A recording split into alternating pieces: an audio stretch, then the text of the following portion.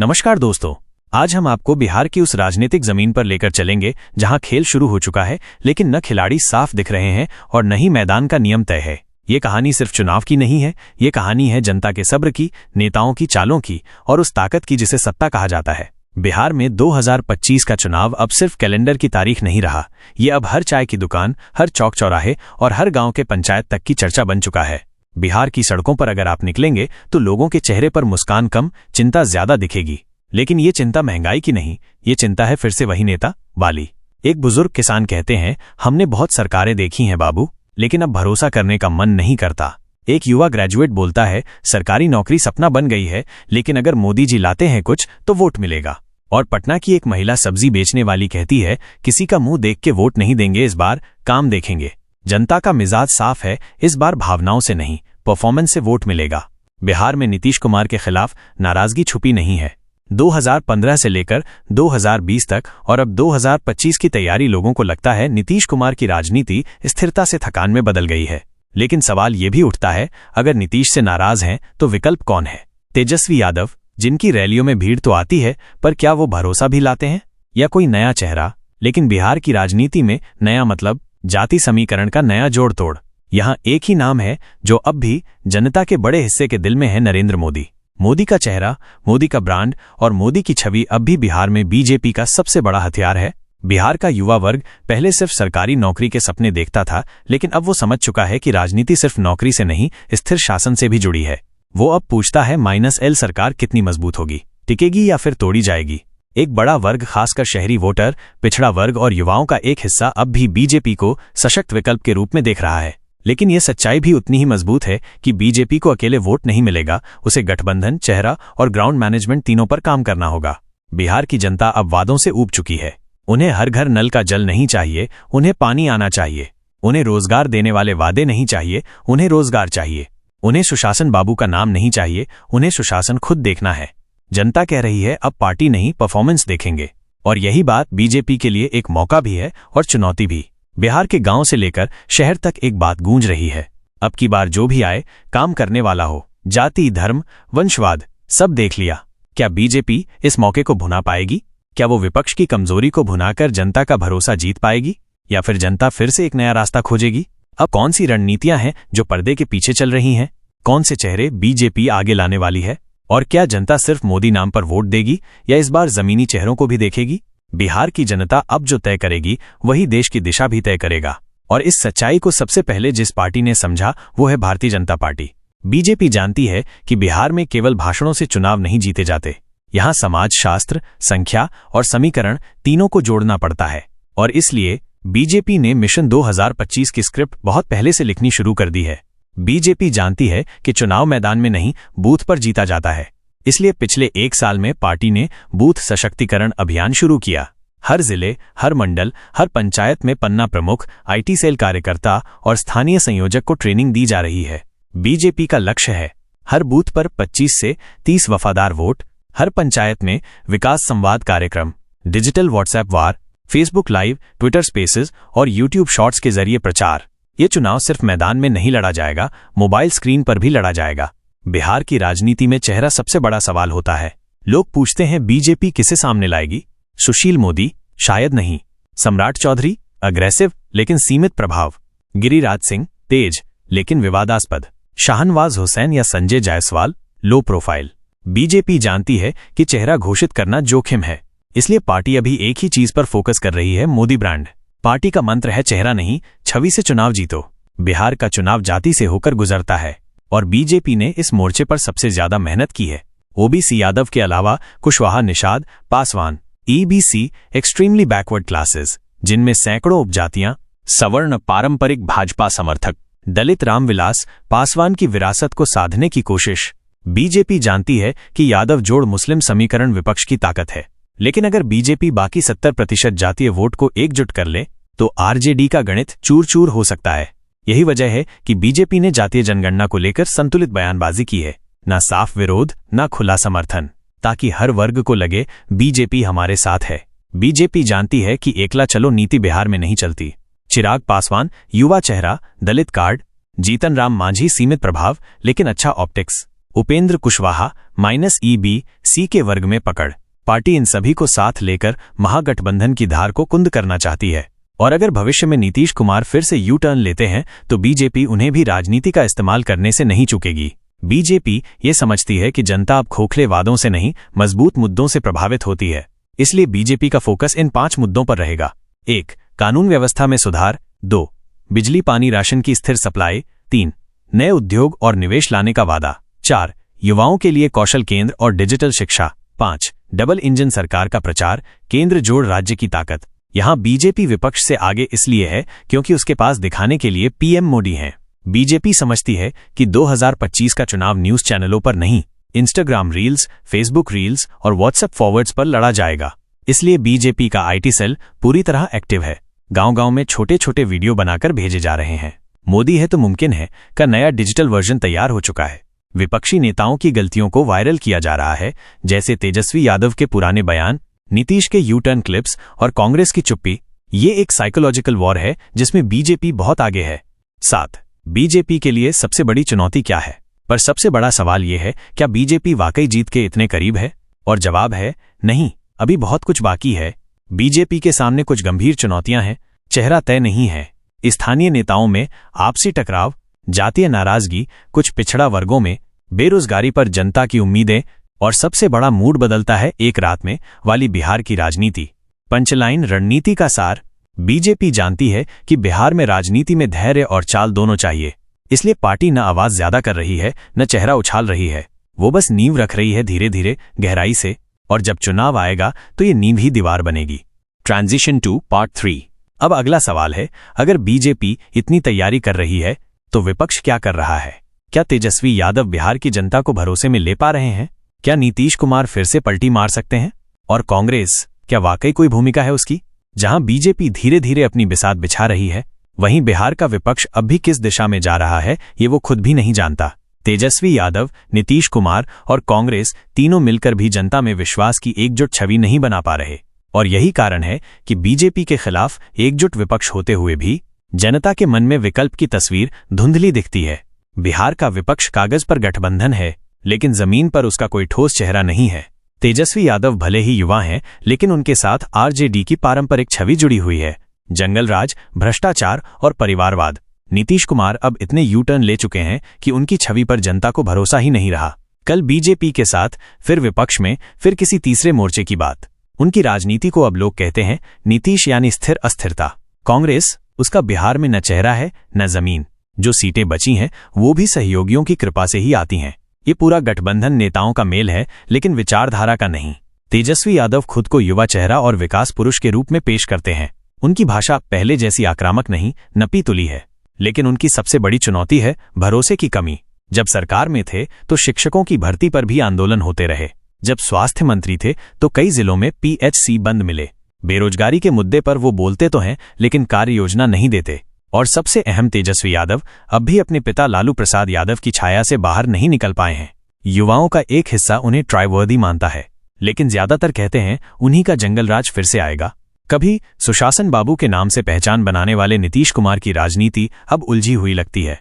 NDA से महागठबंधन, फिर India गठबंधन, अब तीसरे मोर्चे की बात। जनता पूछ रही है, जिसे खुद नहीं पता वो किधर जा रहा है, वो राज्य कैसे संभालेगा। नीतीश की उम्र, सेहत और राजनीति में बार बार की कसम तोड़ी अब एक थके हुए नेता की छवि बनाती है। और बीजेपी भी जानती है नीतीश अब उसके लिए मुद्दा नहीं बल्कि मौका बन गए हैं। कांग्रेस का बिहार में हाल वैसा है जैसे भूतपूर्व राजा की हवेली, नाम है काम नहीं। कांग्रेस नेताओं की रैलियों में भीड़ नहीं होती। सोशल मीडिया पर पार्टी लगभग निष्क्रिय है। स्थानीय स्तर पर संगठन कमजोर है। और सबसे बड़ी बात, बिहार की जनता कांग्रेस को केंद्र के नजरिए से देखती है, न कि स्थानीय मुद्दों से। यही कारण है कि कांग्रेस सिर्फ गठबंधन के हिस्से की सीटें मांगती है, लेकिन जनता के बीच जाकर विश्वास नहीं जीतती। 2025 की लड़ाई में बीजेपी का सबसे बड़ा लाभ है उसके पास मोदी नाम है। पर विपक्ष क्या दिखा रहा है? चेहरा नहीं, साझा घोषणा पत्र नहीं, मतभेद बहुत ज्यादा, रणनीति स्पष्ट नहीं। जनता पूछ रही है, अगर इनकी सरकार बन भी गई तो कौन सीएम बनेगा? नीतीश बनेंगे या तेजस्वी? या फिर लड़ाई शुरू हो जाएगी? क्या कांग्रेस को 10 सीट मिलेंगी या 15 के लिए रूठ जाएगी? ये सवाल बीजेपी के लिए जवाब नहीं, मौका है। जहां बीजेपी गांव-गांव तक व्हाट्सएप ग्रुप बना रही है, वहीं विपक्ष अब भी प्रेस कॉन्फ्रेंस तक ही सीमित है। ना वीडियो कैंपेन, ना जमीन पर डाटा कलेक्शन, ना ही मैसेजिंग की स्पष्टता। तेजस्वी कभी कभी इंस्टाग्राम या ट्विटर पर बोलते हैं, पर उनका कंटेंट जवाबी होता है, नेतृत्वकारी नहीं। आज की राजनीति में चुनावी जंग आदर्शों से नहीं, एल्गोरिदम से लड़ी जाती है, और इस जंग में विपक्ष पिछड़ता जा रहा है। बिहार के विपक्षी वोटर की स्थिति कुछ ऐसी है। हम बीजेपी से नाराज हैं, लेकिन विकल्प भी ठीक नहीं है। यादव वोट आरजेडी के साथ है, पर वो भी अब साइलेंट हो गया है। मुस्लिम वोट बीजेपी के खिलाफ है, लेकिन किसे वोट देना है माइनस इस पर मतभेद है। ईबीसी और गैर यादव ओबीसी का बड़ा हिस्सा अब काम के नाम पर वोट देना चाहता है। यानी विपक्ष के साथ भावनाएं हैं, लेकिन संगठन और सोच नहीं। बिहार का विपक्ष वो सेनापति है जिसके पास तलवारें तो हैं, पर सैनिक बिखरे हुए हैं। रणनीति है, पर एकता नहीं। नेता हैं, पर नेतृत्व नहीं। भीड़ है, पर दिशा नहीं। क्या बीजेपी इसी विपक्ष की कमजोरी के भरोसे जीत पाएगी, या जनता चाहेगी कुछ और, जो आज हमें दिख नहीं रहा है? लेकिन अजीब बात यह है कि नेता शांत हैं और जनता बेचैन। राजनीति का यही मौन अक्सर तूफान का इशारा होता है। इस हिस्से में हम जानेंगे, क्या बिहार की जनता किसी नए विकल्प की तलाश में है? क्या बीजेपी की रणनीति वाकई अजेय है? और क्या 2025 के चुनाव में किसी अघोषित लहर की दस्तक सुनाई दे रही है? बिहार में अगर आप गांव, कस्बे, शहर कहीं भी जाएं, तो आपको महसूस होगा कि जनता अब सिर्फ नाराज नहीं, वो बदलाव की भूख में है। युवा कहते हैं, हमारे पापा भी बेरोजगार थे, हम भी, लेकिन अब हम अपने बच्चों को ये हालत नहीं देना चाहते। महिलाएं बोलती हैं, पानी, राशन, गैस सब कागज पर है, घर में कुछ नहीं। किसान कहते हैं, बीज से लेकर फसल तक हर चीज पर राजनीति हो रही है, लेकिन समाधान कोई नहीं दे रहा। इस माहौल में जनता ये नहीं चाहती कि कोई हीरो आए, वो चाहती है कोई जिम्मेदार आए। बीजेपी अब तक चुप है, शांत है। वो न बड़े वादे कर रही है, न चेहरे उछाल रही है, पर उसकी यही चुप्पी ही उसकी सबसे शातिर चाल है। पार्टी जानती है कि जनता नाराज है, पर विकल्पहीन भी। वो जनता को कोई नया सपना नहीं दिखा रही, बल्कि सामान्य स्थिरता को ही सपना बनाकर पेश कर रही है। उदाहरण, डबल इंजन सरकार का मतलब अब लोगों को ये बताया जा रहा है, कम से कम काम तो हो रहा है, वरना और क्या होता। ये वो मिनिमम सेटिस्फैक्शन मॉडल है जिसमें जनता को यकीन दिलाया जाता है कि बदलाव का जोखिम मत लो, जो है उसी को आगे बढ़ाओ। बीजेपी का ये मैसेज सटल है, पर मजबूत। ये सवाल अब हर राजनीतिक विश्लेषक पूछ रहा है, क्या कोई नया नेता उभरेगा? कोई नई पार्टी, कोई नई दिशा? पप्पू यादव जैसे लोग जमीन पर मेहनत तो कर रहे हैं, पर संसाधन और संगठन दोनों कमजोर हैं। भीम आर्मी, जन अधिकार पार्टी या छोटे क्षेत्रीय नेता, उनकी आवाज है, पर सुनने वाला जनसमूह नहीं। युवाओं के बीच यूट्यूब, इंस्टाग्राम और व्हाट्सएप के जरिए कई ऐसे लोग सक्रिय हैं जो एंटी एस्टैब्लिशमेंट टोन में बात करते हैं, लेकिन वो अब तक राजनीतिक आंदोलन में नहीं बदले हैं। यानी विकल्प की तलाश तो है, लेकिन विकल्प दिख नहीं रहा। 2025 का चुनाव एक मायने में नया होगा, क्योंकि पहली बार ऐसा होगा कि 18 से 30 वर्ष के वोटरों की संख्या सबसे ज्यादा होगी। ये वोटर इंटरनेट से जुड़ा है, जाति की राजनीति से उबा हुआ है, बेरोजगारी को अपना सबसे बड़ा मुद्दा मानता है, और अब रैली नहीं, रिजल्ट चाहता है। ये वर्ग बीजेपी से भी सवाल करता है, सरकारी नौकरी कहाँ है? वो आरजेडी से भी पूछता है, आपने जो बोला किया क्या? और कांग्रेस को तो वो बोलने लायक भी नहीं मानता। ये युवा वर्ग किसी एक पार्टी का स्थायी वोटर नहीं है, ये सिर्फ काम, जवाबदेही और भरोसे के साथ जाता है। बिहार में जनता दो मनस्थितियों में बंटी है। पहला वर्ग जो कहता है कि जैसे तैसे सही, बीजेपी के साथ कम से कम शासन स्थिर है। दूसरा वर्ग जो कहता है कि अगर अब नहीं बदला तो फिर कभी नहीं। पहला वर्ग बीजेपी के साथ जा सकता है, दूसरा वर्ग बिखरा हुआ है, क्योंकि बदलाव तो चाहता है, पर यह नहीं तय कि बदलाव किसके जरिए आएगा। और यही बीजेपी की सबसे बड़ी ताकत है, विपक्ष की अनिर्णय स्थिति। अब सवाल उठता है, क्या वाकई 2025 में कोई लहर है, कोई बड़ी जनभावना? जवाब है, कोई सीधी लहर नहीं, लेकिन अंडरकरंट जरूर है। एक मौन असंतोष जो जनता के भीतर है, जो कभी कभी फूटता है व्हाट्सएप ग्रुपों में, कभी टिकटॉक, इंस्टाग्राम रील्स में, तो कभी कॉलेज के कैंपस में। ये वही असंतोष है जिसे 2014 में मोदी लहर ने दिशा दी थी, लेकिन आज वही असंतोष फिर सवाल पूछ रहा है। अब क्या? बिहार में सत्ता से ज्यादा जनता अब विश्वास ढूंढ रही है, और भरोसा अगर किसी में नहीं बन पाए, या तो सबसे बड़ा वोट नोटा को मिलेगा, या फिर बीजेपी अपने मौन ब्रांड के साथ फिर से बाजी मार लेगी। अब आखिरी सवाल बचा है, क्या बिहार में बीजेपी फिर से सत्ता में आएगी? क्या तेजस्वी आखिरी बार दांव लगाएंगे? क्या कोई बड़ा उलटफेर होगा? जानिए स्क्रिप्ट के अंतिम भाग में। 2025 का नतीजा क्या कहेगा? कौन जीतेगा बिहार? पर्दा उठ चुका है, किरदार मंच पर हैं और जनता ने अपनी नजरें उन पर टिका दी हैं। अब सिर्फ इंतजार है उस फैसले का जो बिहार का भविष्य तय करेगा। 2025 के चुनाव की पटकथा लगभग पूरी है। सवाल बस ये है कि इस कहानी का हीरो कौन होगा। बीजेपी ने अपनी बिसात इस तरह बिछाई है कि उसके खिलाफ कोई भी रणनीति अधूरी लगती है। मोदी ब्रांड अभी भी प्रभावशाली है, संगठन मजबूत है, सोशल मीडिया रणनीति धारदार है, विपक्ष बिखरा हुआ है, लेकिन क्या ये काफी है? हाँ, अगर जनता सिर्फ स्थिरता और चेहरे पर भरोसा करे। नहीं, अगर मुद्दे अचानक हावी हो जाएं और जातीय समीकरण भटक जाएं।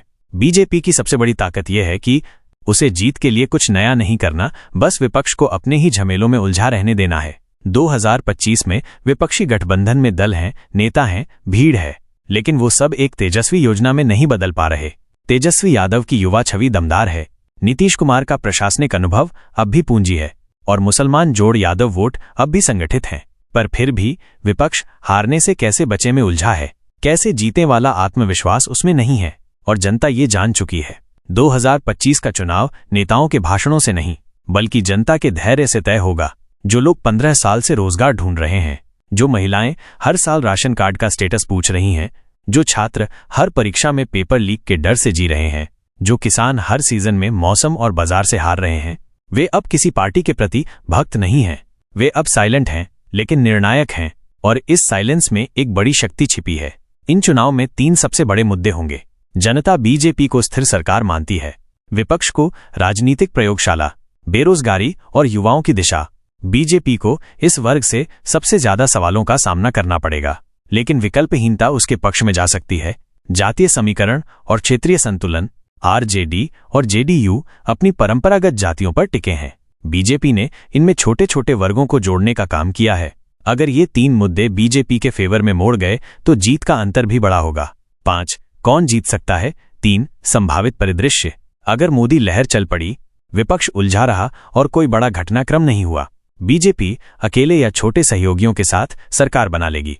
अगर आरजेडी को बड़ा लाभ हुआ और कांग्रेस ने सही तालमेल किया, बीजेपी को सहयोगियों के भरोसे सरकार बनानी पड़ी, ऐसी सरकार अस्थिर हो सकती है। बहुत कम संभावना, लेकिन अगर बेरोजगारी, जातीय गोलबंदी और सरकार विरोधी माहौल अचानक तेज हो गया, जनता बदलाव के पक्ष में जा सकती है। लेकिन सच्चाई ये है कि अभी तक ऐसा कोई संकेत नहीं है। बीजेपी जानती है कि जनता अभी भी मोदी नाम के भरोसे वोट देने के लिए तैयार है, बशर्ते कोई और विकल्प सामने न आए। मोदी बिहार में एक बड़ी रैली करेंगे, बिहार स्पेसिफिक योजनाओं की घोषणा होगी और डबल इंजन का नया संस्करण लॉन्च किया जाएगा। साथ ही नए युवाओं को भविष्य की योजना का सपना दिखाया जाएगा। इसका असर जमीनी वोटर पर होता है और यही बीजेपी की फाइनल स्ट्राइक होगी। 2025 का बिहार चुनाव अब एक सवाल बन चुका है। क्या जनता उस पार्टी को चुनना चाहती है जो कम से कम स्थिरता और चेहरा दे सकती है, या उस पार्टी को जो बोल तो बहुत रही है लेकिन जनता को अब तक समझा नहीं पाई? सत्ता बीजेपी की पहुंच में है, लेकिन जनता का मूड आखिरी महीने में पलट सकता है, और बिहार का इतिहास गवाह है, यहां राजनीति कभी आसान नहीं रही।